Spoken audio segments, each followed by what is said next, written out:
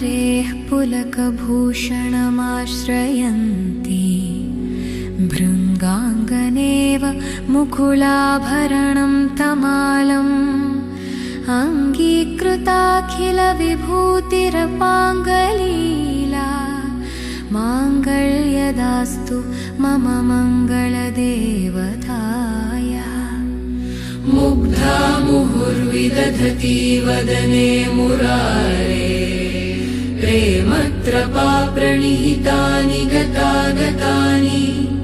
मालादृशोर्मधुकरीव महोत्पलेया सा मे श्रियं दिशतु सादरसम्भवाय। आमीलिताक्षमधिगम्य मुदा मुकुन्दम् आनन्दकन्दमनिमेषमनङ्गतन्त्रम् आकेकरस्थितकनीनिकपक्ष्मनेत्रम् भूत्यै भवेन्मम भुजङ्गशयाङ्गनायः। बाह्वन्तरे मधुजितः श्रितकौस्तुभेया हारावळीव हरिनीलमयी विभाति कामप्रदा भगवतो एऽपि कटाक्षमाला कल्याणमावहतु मे कमलालयाय। कालाम्बुदाळिललितो रसिकैटभारेः धाराधरे स्फुरति या तटिदङ्गनेव मातुः समस्तजगतां महनीयमूर्तिः भद्राणि मे दिशतु भार्गवनन्दनायः। प्राप्तं पदं प्रथमतः खलु यत्प्रभावात् माङ्गल्यभाजि मधुमाधिनि मन्मथेन मय्यापतेत्तदिह मन्धरमीक्षणार्धम् मन्दालसं च मकरालयकन्यकाय। विश्वामरेन्द्रपदविभ्रमदानदक्षम् आनन्दहेतुरधिकं मुरविद्विषो येऽपि ईशन्निषीदतु मयि क्षणमीक्षणार्थम् इन्दीवरोदरसहोदरमिन्दिरायः। इष्टाविशिष्टमतयो हेऽपि यया दयाद्र दृष्ट्या त्रिविष्टपपदं सुलभं लभन्ते दृष्टिप्रहृष्टकमलोदरदीप्तिरिष्टां पुष्टिं कृषिष्ट मम पुष्करविष्टरायः। दद्याद्दयानुपवनो द्रविणाम्बुधारा मस्मिन्न किञ्चन विहङ्गशिशौ विषण्णे दुष्कर्मघर्ममपनीयचिराय दूरं नारायणप्रणयिनी नयनाम्बुवाहः। गीर्देवतेति गरुडध्वजसुन्दरीति शाकम्भरीति शशिशेखरवल्लभेति सृष्टिस्थितिप्रलयकेलिषु संस्थितायै तस्यै नमस्त्रिभुवनैकगुरोस्तरुण्यै। श्रुत्यै नमो हेस्तु शुभकर्मफलप्रसूत्यै रत्यै नमो हेस्तु रमणीयगुणार्णवायै शक्त्यै नमो हेस्तु शतपत्रनिकेतनायै पुष्क्यै नमो हेस्तु पुरुषोत्तमवल्लभायै नमो हेस्तु नाळीकनिभाननायै नमो हेस्तु दुग्धोदधिजन्मभूम्यै नमो हेस्तु सोमामृतसोदरायै नमो हेस्तु नारायणवल्लभायै नमो हेस्तु हेमाम्बुजपीठिकायै नमो हेस्तु भूमण्डलनायिकायै नमो हेस्तु देवादिदयापरायै नमो हेस्तु शारङ्गायुधवल्लभायै नमो हेस्तु देव्यै भृगुनन्दनायै नमो हेस्तु हेस्तु विष्णोरुरसि स्थितायै नमो हेस्तु लक्ष्म्यै कमलालयायै नमो हेस्तु दामोदरवल्लभायै नमो हेस्तु कान्त्यै कमलेक्षणायै नमो हेस्तु भूत्यै भुवनप्रसूत्यै नमो हेस्तु देवादिभिरर्चितायै नमो हेस्तु नन्दात्मजवल्लभायै सम्पत्कराणि सकलेन्द्रियनन्दनानि साम्राज्यदानविभवानि सरोरुहाक्षि त्वद्वन्दनानि दुरितोद्धरणोद्यतानि मामेव मातरनिशं कलयन्तु मान्ये यत्कटाक्षसमुपासनाविधिः सेवकस्य सकलार्थसम्पदः सन्तनोति वचनङ्गमानसै त्वां मुरारिहृदयेश्वरीं भजे सरसिजनिलये सरोजहस्ते सरसिजनयने धवलतमां शुकगन्धमाल्यशोभे भगवति हरिवल्लभे मनोज्ञे त्रिभुवनभूतिकरि प्रसीद मह्यम् दिग्हस्तिभिः कनककुम्भमुखावसृष्ट स्वर्वाहिनी विमलचारुजलप्लुताङ्गी प्रातर्नमामि जगतां जननीमशेष लोकाधिनाथ गृहिणीममृताब्धिपुत्रीम् कमले कमलाक्षवल्लभे त्वं करुणापूरतरङ्गितैरपाङ्गैः अवलोकय मामकिञ्चनानां प्रथमं पात्रमकृत्रिमं दयायाः स्तुवन्ति ये स्तुतिभिरमोभिरन्वहं त्रयीमयीं त्रिभुवनमातरं रमां गुणाधिका गुरुतरभाग्यभागिनो भवन्ति ते भुवि बुधभाविताश्रयः सुवर्णधारास्तोत्रं यच्छङ्कराचार्यनिर्मितं त्रिसन्ध्यं यः पठेत् नित्यं स कुबेरसमो भवेत् अङ्गं हरेः पुलकभूषणमाश्रयन्ति भृङ्गाङ्गनेव मुकुलाभरणं तमालम् अङ्गीकृताखिलविभूतिरपाङ्गलीला माङ्गल्यदास्तु मम मङ्गलदेवताय मुग्धा मुहुर्विदधति वदने मुरारे प्रेमत्रपाप्रणिहितानि गतागतानि मालादृशोर्मधुकरीव महोत्पलेया सा मे श्रियं दिशतु सागरसम्भवाय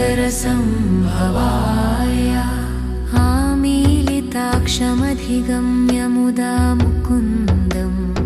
आनन्दकन्दमनिमेषमनङ्गतन्त्रम् आकेकरस्थितकनीनिकपक्ष्मनेत्रम् भूत्यै भवेन्मम भुजङ्गशयाङ्गनायः बाह्वन्तरे मधुजितः श्रितकौस्तुभेया हारावळीव हरिनीलमयी विभाति कामप्रदा भगवतो एऽपि कटाक्षमाला कल्याणमावहतु मे कमलालयाय कालाम्बुदाळिललितो रसिकैटभारेः धाराधरे स्फुरति या तटिदङ्गनेव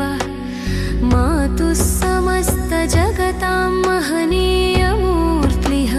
भद्राणि मे दिशतु भार्गवनन्दनायः प्राप्तं पदं प्रथमतः खलु यत्प्रभावात् माङ्गल्यभाजि मधुमाधिनि मन्मथेन मय्यापतेत्तदिह मम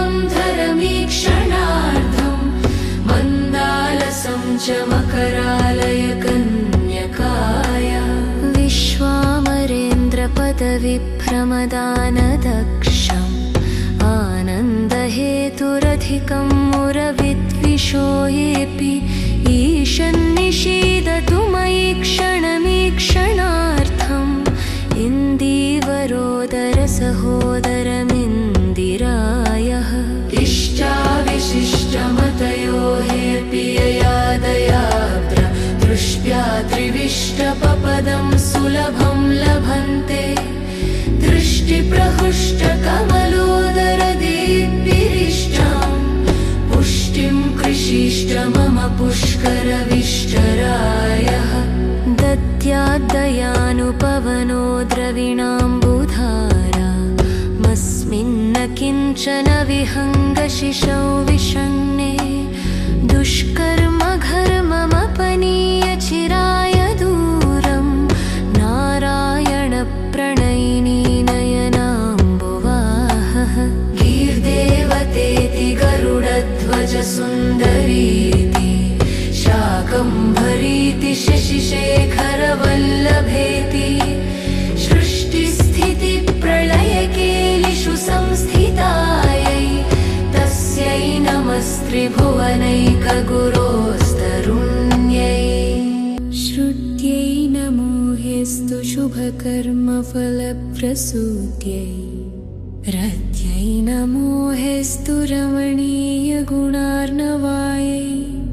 शक्त्यै नमो हेस्तु शतपत्रनिकेतनायै पुष्क्यै नमो हेस्तु पुरुषोत्तमवल्लभायै नमो हेस्तु नाळीकनिभाननायै नमो हेस्तु दुग्धोदधिजन्मभूम्यै नमो हेस्तु सोमामृतसोदरायै नमो हेस्तु नारायणवल्लभायै नमो हेस्तु हेमाम्बुजपीठिकायै नमो हेस्तु भूमण्डलनायिकायै नमो हेस्तु देवादिदयापरायै नमो हेस्तु शारङ्गायुधवल्लभायै नमो हेस्तु देव्यै भृगुनन्दनायै नमो हेस्तु विष्णोरुरसिस्थितायै नमो हेस्तु लक्ष्म्यै कमलालयायै नमो हेस्तु दामोदरवल्लभायै नमो हेस्तु कान्त्यै कमलेक्षणायै नमो हेस्तु भूत्यै भुवनप्रसूत्यै नमो हेस्तु देवादिभिरर्चितायै नमो हेस्तु नन्दात्मजवल्लभायै सम्पत्कराणि सकलेन्द्रियनन्दनानि साम्राज्यदानविभवानि सरोरुहाक्षि त्वद्वन्दनानि दुरितोद्धरणोद्यतानि मामेव मातरनिशं कलयन्तु मान्ये यत्कटाक्षसमुपासनाविधिः सेवकस्य सकलार्थसम्पदः सन्तनोति वचनङ्गमानसै त्वां मुरारिहृदयेश्वरीं भजे सरसिजनिलये सरोजहस्ते सरसिजनयने धवलतमां शुकगन्धमाल्यशोभे भगवति हरिवल्लभे मनोन्ये त्रिभुवनभूतिकरि प्रसीद मह्यम् दिग्हस्तिभिः कनककुम्भमुखावसृष्ट स्वर्वाहिनी विमलचारुजलप्लुताङ्गी प्रातर्नमामि जगतां जननीमशेष लोकाधिनाथ गृहिणीममृताब्धिपुत्रीम् कमले कमलाक्षवल्लभे त्वं करुणापूरतरङ्गितैरपाङ्गैः अवलोकय मामकिञ्चनानां प्रथमं पात्रमकृत्रिमं दयायाः धिये स्तुतिभिरमोभिरन्वहम् त्रयीमयीं त्रिभुवनमातरं रमाम् गुणाधिका गुरुतरभाग्यभागिनो भवन्ति ते भुवि बुधभाविताशयः सुवर्णधारा स्तोत्रं यच्छङ्कराचार्यनिर्मितम् त्रिसन्ध्यं यः पठे नित्यं स कुबेरसमो भवेत् अङ्गं हरेः पुलकभूषणमाश्रयन्ति भृङ्गाङ्गनेव मुकुलाभरणं तमालम् अङ्गीकृताखिलविभूतिरपाङ्गलीला माङ्गल्यदास्तु मम मङ्गलदेवताय मुग्धा मुहुर्विदधति वदने मुरारे प्रेमत्रपा प्रणिहितानि गतागतानि मालादृशोर्मधुकरीव महोत्पलेया सा मे श्रियं दिशतु सागरसम्भवाय आमीलिताक्षमधिगम्य मुदा मुकुन्दम् आनन्दकन्दमनिमेषमनङ्गतन्त्रम् आकेकरस्थितकनीनिकपक्ष्मनेत्रम् भूत्यै भवेन्मम भुजङ्गशयाङ्गनायः बाह्वन्तरे मधुजितः श्रितकौस्तुभेया हारावळीव हरिनीलमयी विभाति कामप्रदा भगवतो एऽपि कटाक्षमाला कल्याणमावहतु मे कमलालयाय कालाम्बुदाळिललितो रसिकैटभार्यः धाराधरे स्फुरति या तटिदङ्गनेव मातुः समस्तजगतां महनीयमूर्तिः भद्राणि मे दिशतु भार्गवनन्दनायः प्राप्तं पदं प्रथमतः खलु यत्प्रभावात् माङ्गल्यभाजि मधुमाधिनि मन्मथेन मय्यापतेत्तदिह मन्धरमीक्षणार्धम् मन्दालसं च मकरालय कन्यकाय विश्वामरेन्द्रपदविभ्रमदानदक्षम् आनन्दहेतुरधिकं मुरविद्विषो येऽपि ईशन्निषीदतु मयि क्षणमीक्षणार्थम्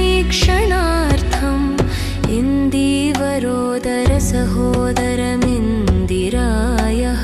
इष्टाविशिष्टमतयो हेऽपि ययादयाब्द्र दृष्ट्या त्रिविष्टपपदं सुलभं लभन्ते दृष्टिप्रहृष्टकमलोदरदीप्तिरिष्टां पुष्टिं कृषिष्ट मम पुष्करविष्टरायः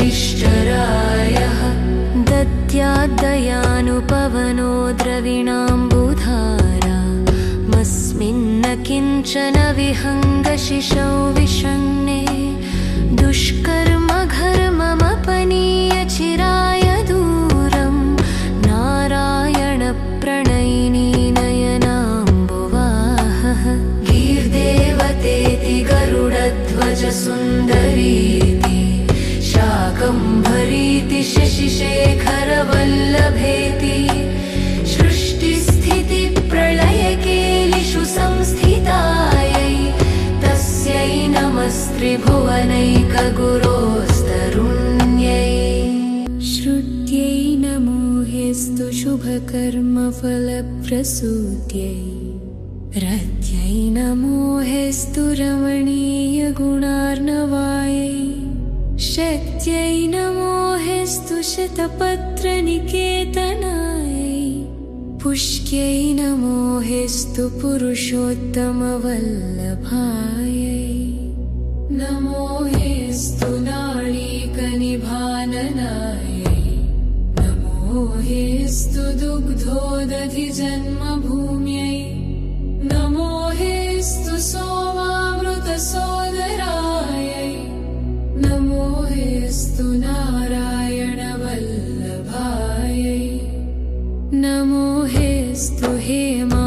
राजपीठिकायै नमो हेस्तु भूमण्डलनायिकायै नमो हेस्तु देवादिदयापरायै नमो हेस्तु शारङ्गायुधवल्लभायै नमो हेस्तु देव्यै भृगुनन्दनायै नमो हेस्तु विष्णोरुरसिस्थितायै नमो हेस्तु लक्ष्म्यै कमलालयायै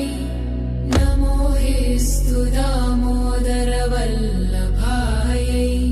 नमो हेस्तु कान्त्यै कमलेक्षणायै नमो हेस्तु भूत्यै भुवनप्रसूत्यै नमो हेस्तु देवादिभिरर्चितायै नमो हेस्तु नन्दात्मजवल्लभायै सम्पत्कराणि सकलेन्द्रियनन्दनानि साम्राज्यदानविभवानि सरोरुहाक्षि त्वद्वन्दनानि दुरितोद्धरणोद्यतानि मामेव मातरनिशं कलयन्तु मान्ये यत्कटाक्षसमुपासनाविधिः सेवकस्य सकलार्थसम्पदः सन्तनोति वचनङ्गमानसै त्वां मुरारिहृदयेश्वरीं भजे सरसिजनिलये सरोजहस्ते सरसिजनयने धवलतमां शुकगन्धमाल्यशोभे भगवति हरिवल्लभे मनोन्ये त्रिभुवनभूतिकरि प्रसीद मह्यम् दिग्हस्तिभिः कनककुम्भमुखावसृष्ट स्वर्वाहिनी विमलचारुजलप्लुताङ्गी प्रातर्नमामि जगतां जननीमशेष लोकाधिनाथ गृहिणीममृताब्धिपुत्रीम् कमले कमलाक्षवल्लभे त्वं करुणापूरतरङ्गितैरपाङ्गैः अवलोकय मामकिञ्चनानां प्रथमं पात्रमकृत्रिमं दयायः स्तुवन्ति ये स्तुतिभिरमोभिरन्वहं त्रयीमयीं त्रिभुवनमातरं रमां गुणाधिका गुरुतरभाग्यभागिनो भवन्ति ते भुवि बुधभाविताशयः सुवर्णधारास्तोत्रं यच्छङ्कराचार्यनिर्मितं त्रिसन्ध्यं यः पते नित्यं स कुबेरसमो भवेत् अङ्गं हरेः पुलकभूषणमाश्रयन्ति भृङ्गाङ्गनेव मुकुलाभरणं तमालम् अङ्गीकृताखिलविभूतिरपाङ्गलीला माङ्गल्यदास्तु मम मङ्गलदेवताय मुग्धा मुहुर्विदधति वदने मुरारे प्रेमत्रपा प्रणिहितानि गतागतानि मालादृशोर्मधुकरीव महोत्पलेया सा मे श्रियं दिशतु सागरसम्भवाय आमीलिताक्षमधिगम्य मुदा मुकुन्दम् आनन्दकन्दमनिमेषमनङ्गतन्त्रम् आकेकरस्थितकनीनिकपक्ष्मनेत्रम् भूत्यै भवेन्मम भुजङ्गशयाङ्गनायः बाह्वन्तरे मधुजितः श्रितकौस्तुभेया हारावळीव हरिनीलमयी विभाति कामप्रदा भगवतो एऽपि कटाक्षमाला कल्याणमावहतु मे कमलालयाय कालाम्बुदाळिललितो रसिकैटभार्यः धाराधरे स्फुरति या तटी सतां महनीयमूर्तिः भद्राणि मे दिशतु भार्गवनन्दनायः। प्राप्तं पदं प्रथमतः खलु यत्प्रभावात् माङ्गल्यभाजि मधुमाथिनि मन्मथेन मय्यापतेत्तदिह मम धरमीक्षणार्थं मन्दालसं च मकरालय कन्यकाय। विश्वामरेन्द्रपदविभ्रमदानदक्षम् आनन्दहेतुरधिकं मुरविद्विषो येऽपि ईशन्निषीदतु मयि क्षणमीक्षणार्थम् इन्दीवरोदरसहोदरमिन्दिरायः। इष्टाविशिष्टमतयो हेऽपि ययादयाब्र दृष्ट्या त्रिविष्टपपदं सुलभं लभन्ते दृष्टिप्रहृष्टकमलोदरदीप्तिरिष्टं पुष्टिं कृषिष्ट मम पुष्करविष्टरायः। दद्याद्दयानुपवनो द्रविणाम्बुधारा मस्मिन्न किञ्चन विहङ्गशिशौ विषण्णे दुष्कर्मघर्ममपनीयचिराय दूरं नारायणप्रणयिनी नयनाम्बुवाहः। गीर्देवतेति गरुडध्वजसुन्दरीति शाकम्भरीति शशिशेखरवल्लभेति सृष्टिस्थितिप्रलयकेलिषु संस्थितायै तस्यै नमस्त्रिभुवनैकगुरोस्तरुण्यै। श्रुत्यै नमो हेस्तु शुभकर्मफलप्रसूत्यै रत्यै नमो हेस्तु रमणीयगुणार्णवायै शक्त्यै नमो हेस्तु शतपत्रनिकेतनायै पुष्क्यै नमो हेस्तु पुरुषोत्तमवल्लभायै नमो हेस्तु नाळीकनिभाननायै नमो हेस्तु दुग्धोदधिजन्मभूम्यै नमो हेस्तु सोमामृतसोदरायै नमो हेस्तु नारायणवल्लभायै नमो हेस्तु हेमाम्बुजपीठिकायै नमो हेस्तु भूमण्डलनायिकायै नमो हेस्तु देवादिदयापरायै नमो हेस्तु शारङ्गायुधवल्लभायै नमो हेस्तु देव्यै भृगुनन्दनायै नमो हेस्तु विष्णोरुरसिस्थितायै नमो हेस्तु लक्ष्म्यै कमलालयायै नमो हेस्तु दामोदरवल्लभायै नमो हेस्तु कान्त्यै कमलेक्षणायै नमो हेस्तु भूत्यै भुवनप्रसूत्यै नमो हेस्तु देवादिभिरर्चितायै नमो हेस्तु नन्दात्मजवल्लभायै सम्पत्कराणि सकलेन्द्रियनन्दनानि साम्राज्यदानविभवानि सरोरुहाक्षि त्वद्वन्दनानि दुरितोद्धरणोद्यतानि मामेव मातरनिशं कलयन्तु मान्ये यत्कटाक्षसमुपासनाविधिः सेवकस्य सकलार्थसम्पदः सन्तनोति वचनङ्गमानसै त्वां मुरारिहृदयेश्वरीं भजे सरसिजनिलये सरोजहस्ते सरसिजनयने धवलतमां शुकगन्धमाल्यशोभे भगवति हरिवल्लभे मनोज्ञे त्रिभुवनभूतिकरि प्रसीद मह्यम्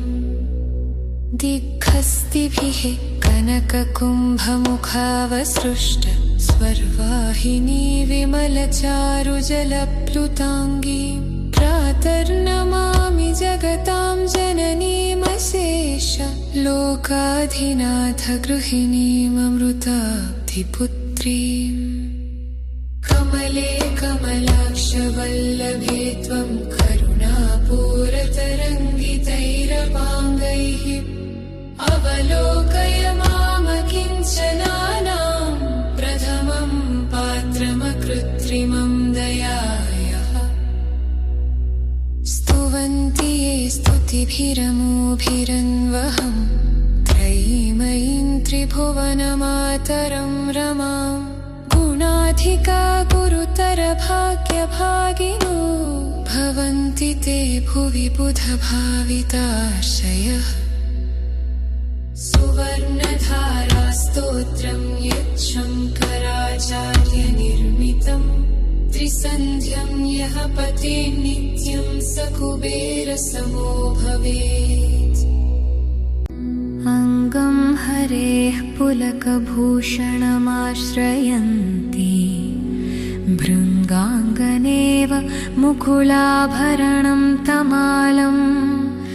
अङ्गीकृताखिलविभूतिरपाङ्गलीला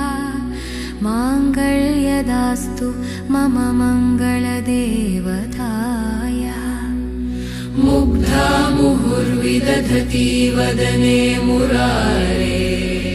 प्रेमत्रपा प्रणिहितानि गतागतानि मालादृशोर्मधुकरीव महोत्पलेया सा मे श्रियं दिशतु सागरसम्भवाया आमीलिताक्षमधिगम्य मुदा मुकुन्दम् आनन्दकन्दमनिमेषमनङ्गतन्त्रम् आकेकरस्थितकनीनिकपक्ष्मनेत्रम्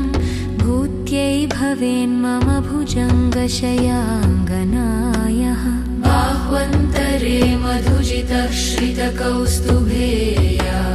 हारावळीव हरिनीलमयी विभाति कामप्रदा भगवतो एऽपि कटाक्षमाला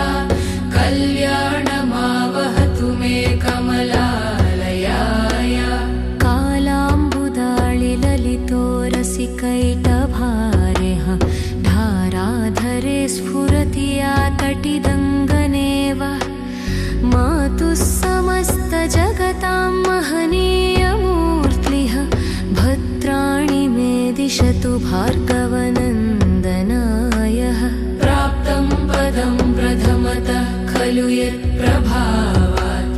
माङ्गल्यभाजि मधुमाधिनि मन्मथेन मय्यापतेत्तदिह मम धरमीक्षणार्धं मन्दालसं च मकरालय कन्यकाया विश्वामरेन्द्रपदविभ्रमदानदक्षम् आनन्दहेतुरधिकं मुरविद्विषो येऽपि ईशन्निषीदतु मयि क्षणमीक्षणार्थम् इन्दीवरोदरसहोदरमिन्दिरायः इष्टाविशिष्टमतयो हेऽपि यया दयाद्र दृष्ट्या त्रिविष्टपपदं सुलभं लभन्ते दृष्टिप्रहृष्टकमलोदरदीप्तिरिष्टां पुष्टिं कृषिष्ट मम पुष्करविष्टरायः दद्याद्दयानुपवनो द्रविणाम्बुधारा मस्मिन्न किञ्चन विहङ्गशिशौ विषण्णे दुष्कर्म घर्ममपनीयचिराय दूरं नारायणप्रणयिनी नयनाम्बुवाहः गीर्देवतेति गरुडध्वजसुन्दरीति शाकम्भरीति शशिशेखरवल्लभेति सृष्टिस्थितिप्रलयकेलिषु संस्थितायै तस्यै नमस्त्रिभुवनैकगुरोस्तरुण्यै श्रुत्यै नमो हेस्तु शुभकर्मफलप्रसूत्यै रत्यै नमो हेस्तु रमणीयगुणार्णवायै शक्त्यै नमो हेस्तु शतपत्रनिकेतनायै पुष्क्यै नमो हेस्तु पुरुषोत्तमवल्लभायै नमो हेस्तु नाळीकनिभाननायै नमो हेस्तु दुग्धोदधिजन्मभूम्यै नमो हेस्तु सोमामृतसोदरायै नमो हेस्तु नारायणवल्लभायै नमो हेस्तु हेमाम्बुजपीठिकायै नमो हेस्तु भूमण्डलनायिकायै नमो हेस्तु देवादिदयापरायै नमो हेस्तु शारङ्गायुधवल्लभायै नमो हेस्तु देव्यै भृगुनन्दनायै नमो हेस्तु विष्णोरुरसिस्थितायै नमो हेस्तु लक्ष्म्यै कमलालयायै नमो हेस्तु दामोदरवल्लभायै नमो हेस्तु कान्त्यै कमलेक्षणायै नमो हेस्तु भूत्यै भुवनप्रसूत्यै नमो हेस्तु देवादिभिरर्चितायै नमो हेस्तु नन्दात्मजवल्लभायै सम्पत्कराणि सकलेन्द्रियनन्दनानि साम्राज्यदानविभवानि सरोरुहाक्षि त्वद्वन्दनानि दुरितोद्धरणोद्यतानि मामेव मातरनिशं कलयन्तु मान्ये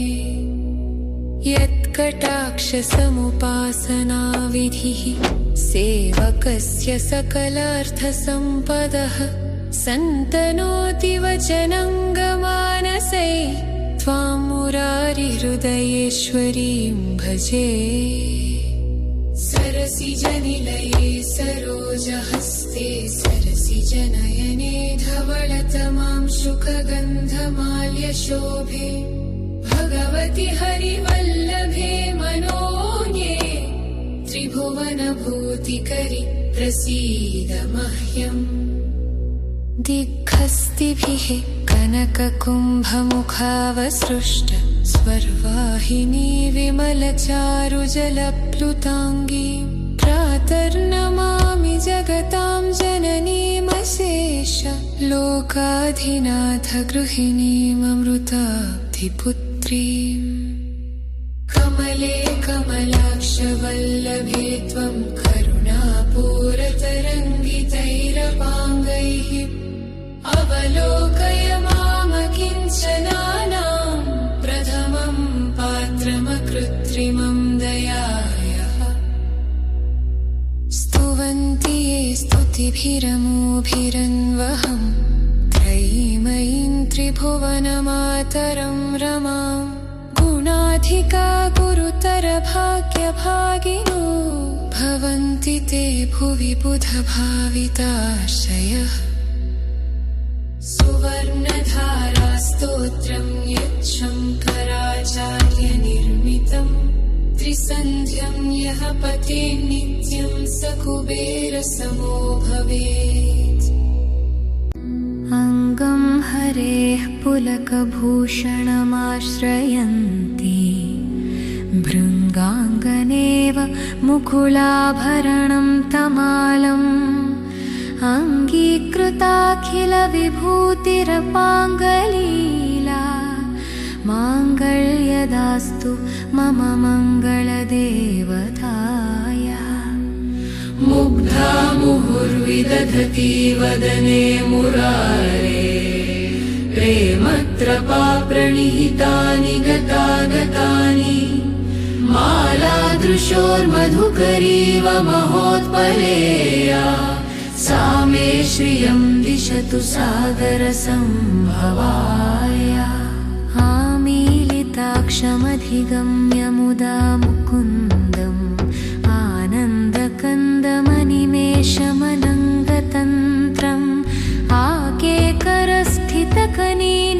वाक्ष्मनेत्रं भूत्यै भवेन्मम भुजङ्गशयाङ्गनायः बाह्वन्तरे मधुजितश्रितकौस्तुभेया हारावळीव हरिनीलमयी विभाति कामप्रदा भगवतो एऽपि कटाक्षमाला कल्याणमावहतु मे कमलालयाय कालाम्बुदाळिललितो रसिकैटभारेः धाराधरे स्फुरति या तटिदङ्गनेव मातुः समस्तजगतां महनीयमूर्तिः भद्राणि मे दिशतु भार्गवनन्दनायः प्राप्तं पदं प्रथमतः खलु यत्प्रभावात् माङ्गल्यभाजि मधुमाधिनि मन्मथेन मय्यापतेत्तदिह मम धरमीक्षणार्धं मन्दालसं च मकरालयकन्यकाय विश्वामरेन्द्रपदविभ्रमदानदक्षम् आनन्दहेतुरधिकं मुरविद्विषो येऽपि ईशन्निषीदतु मयि क्षणमीक्षणार्थम् इन्दीवरोदरसहोदरमिन्दिरायः इष्टाविशिष्टमतयो हेऽपि यया दयाद्र दृष्ट्या त्रिविष्टपपदं सुलभं लभन्ते दृष्टिप्रहृष्टकमलोदरदीप्तिरिष्टां पुष्टिं कृषिष्ट मम पुष्करविष्टरायः दद्याद्दयानुपवनो द्रविणाम्बुधारा मस्मिन्न किञ्चन विहङ्गशिशौ विषण्णे दुष्कर्म घर्ममपनीयचिराय दूरं नारायणप्रणयिनी नयनाम्बुवाहः गीर्देवतेति गरुडध्वज सुन्दरीति शाकम्भरीति शशिशेखरवल्लभेति सृष्टिस्थितिप्रलयकेलिषु संस्थितायै तस्यै नमस्त्रिभुवनैकगुरोस्तरुण्यै श्रुत्यै नमो हेस्तु शुभकर्मफलप्रसूत्यै रत्यै नमो हेस्तु रमणीयगुणार्णवायै शक्त्यै नमो हेस्तु शतपत्रनिकेतनायै पुष्क्यै नमो हेस्तु पुरुषोत्तमवल्लभायै नमो हेस्तु नाळीकनिभाननायै नमो हेस्तु दुग्धोदधिजन्मभूम्यै नमो हेस्तु सोमामृतसोदरायै नमो हेस्तु नारायणवल्लभायै नमो हेस्तु हेमाम्बुजपीठिकायै नमो हेस्तु भूमण्डलनायिकायै नमो हेस्तु देवादिदयापरायै नमो हेस्तु शारङ्गायुधवल्लभायै नमो हेस्तु देव्यै भृगुनन्दनायै नमो हेस्तु विष्णोरुरसिस्थितायै नमो हेस्तु लक्ष्म्यै कमलालयायै नमो हेस्तु दामोदरवल्लभायै नमो हेस्तु कान्त्यै कमलेक्षणायै नमो हेस्तु भूत्यै भुवनप्रसूत्यै नमो हेस्तु देवादिभिरर्चितायै नमो हेस्तु नन्दात्मजवल्लभायै सम्पत्कराणि सकलेन्द्रियनन्दनानि साम्राज्यदानविभवानि सरोरुहाक्षि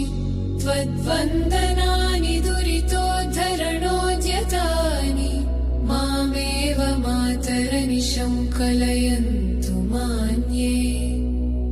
यत् कटाक्षसमुपासनाविधिः सेवकस्य सकलार्थसम्पदः सन्तनोति वचनङ्गमानसै त्वां मुरारिहृदयेश्वरीं भजे। सरसिजनिलये सरोजहस्ते सरसिजनयने धवलतमां शुकगन्धमाल्यशोभे भगवति हरिवल्लभे मनोज्ञे त्रिभुवनभूतिकरि प्रसीद मह्यम्। दिग्हस्तिभिः कनककुम्भमुखावसृष्ट स्वर्वाहिनी विमलचारुजलप्लुताङ्गी प्रातर्नमामि जगतां जननीमशेष लोकाधिनाथ गृहिणीममृताब्धिपुत्रीम्। कमले कमलाक्षवल्लभे त्वं करुणापूरतरङ्गितैरपाङ्गैः अवलोकय मामकिञ्चनानां प्रथमं पात्रमकृत्रिमं दयायाः। स्तुवन्ति ये स्तुतिभिरमूभिरन्वहं त्रयीमयीं त्रिभुवनमातरं रमां गुणाधिका गुरुतरभाग्यभागिनो भवन्ति ते भुवि बुधभाविताशयः। सुवर्णधारास्तोत्रं यच्छङ्कराचार्यनिर्मितं त्रिसन्ध्यं यः पठेत् नित्यं स कुबेरसमो भवेत्। अङ्गं हरेः पुलकभूषणमाश्रयन्ती भृङ्गाङ्गनेव मुकुलाभरणं तमालम् अङ्गीकृताखिलविभूतिरपाङ्गलीला माङ्गल्यदास्तु मम मङ्गलदेवतायाः। मुग्धा मुहुर्विदधति वदने मुरारे प्रेमत्रपाप्रणिहितानि गतागतानि मालादृशोर्मधुकरीव महोत्पलेया सा मे श्रियं दिशतु सादरसम्भवाया। आमीलिताक्षमधिगम्य मुदा मुकुन्दम् आनन्दकन्दमनिमेषमनङ्गतन्त्रम् आकेकरस्थितकनीनिकपक्ष्मनेत्रम् भूत्यै भवेन्मम भुजङ्गशयाङ्गनायः। बाह्वन्तरे मधुजितश्रितकौस्तुभेया हारावळीव हरिनीलमयी विभाति कामप्रदा भगवतो एऽपि कटाक्षमाला कल्याणमावहतु मे कमलालयाय। कालाम्बुदाळिललितोरसिकैटभारेः धाराधरे स्फुरति या तटिदङ्गनेव मातुः समस्तजगतां महनीयमूर्तिः भद्राणि मे दिशतु भार्गवनन्दनायः। प्राप्तं पदं प्रथमतः खलु यत्प्रभावात् माङ्गल्यभाजि मधुमाथिनि मन्मथेन मय्यापतेत्तदिह मन्धरमीक्षणार्थं मन्दालसं च मकरालयकन्यकाय। विश्वामरेन्द्रपदविभ्रमदानदक्षम् आनन्दहेतुरधिकं मुरविद्विषो येऽपि ईशन्निषीदतु मयि क्षणमीक्षणार्थम् इन्दीवरोदरसहोदरमिन्दिरायः। इष्टाविशिष्टमतयो हेऽपि यया दयाद्र दृष्ट्या त्रिविष्टपपदं सुलभं लभन्ते दृष्टिप्रहृष्टकमलोदरदीप्तिरिष्टां पुष्टिं कृषिष्ट मम पुष्करविष्टरायः। दद्याद्दयानुपवनो द्रविणाम्बुधारा मस्मिन्न किञ्चन कशिशौ विषण्णे दुष्कर्म घर्ममपनीय चिराय दूरं नारायणप्रणयिनी नयनाम्बुवाहः गीर्देवतेति गरुडध्वज सुन्दरीति शाकम्भरीति शशिशेखरवल्लभेति सृष्टिस्थितिप्रलयकेलिषु संस्थितायै तस्यै नमस्त्रिभुवनैकगुरोस्तरुण्यै श्रुत्यै नमो हेस्तु शुभकर्मफलप्रसूत्यै रत्यै नमो हेस्तु रमणीयगुणार्णवायै शक्त्यै नमो हेस्तु शतपत्रनिकेतनायै पुष्क्यै नमो हेस्तु पुरुषोत्तमवल्लभायै नमो हेस्तु नाळीकनिभाननायै नमो हेस्तु दुग्धोदधिजन्मभूम्यै नमो हेस्तु सोमामृतसोदरायै नमो हेस्तु नारायणवल्लभायै नमो हेस्तु हेमाम्बुजपीठिकायै नमो हेस्तु भूमण्डलनायिकायै नमो हेस्तु देवादिदयापरायै नमो हेस्तु शारङ्गायुधवल्लभायै नमो हेस्तु देवै भृगुनन्दनायै नमो हेस्तु विष्णोरुरसिस्थितायै नमो हेस्तु लक्ष्म्यै कमलालयायै नमो हेस्तु दामोदरवल्लभायै नमो हेस्तु कान्त्यै कमलेक्षणायै नमो हेस्तु भूत्यै भुवनप्रसूत्यै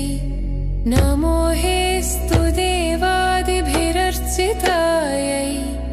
नमो हेस्तु नन्दात्मजवल्लभायै सम्पत्कराणि सकलेन्द्रियनन्दनानि साम्राज्यदानविभवानि सरोरुहाक्षि त्वद्वन्दनानि दुरितोद्धरणोद्यतानि मामेव मातरनिशं कलयन्तु मान्ये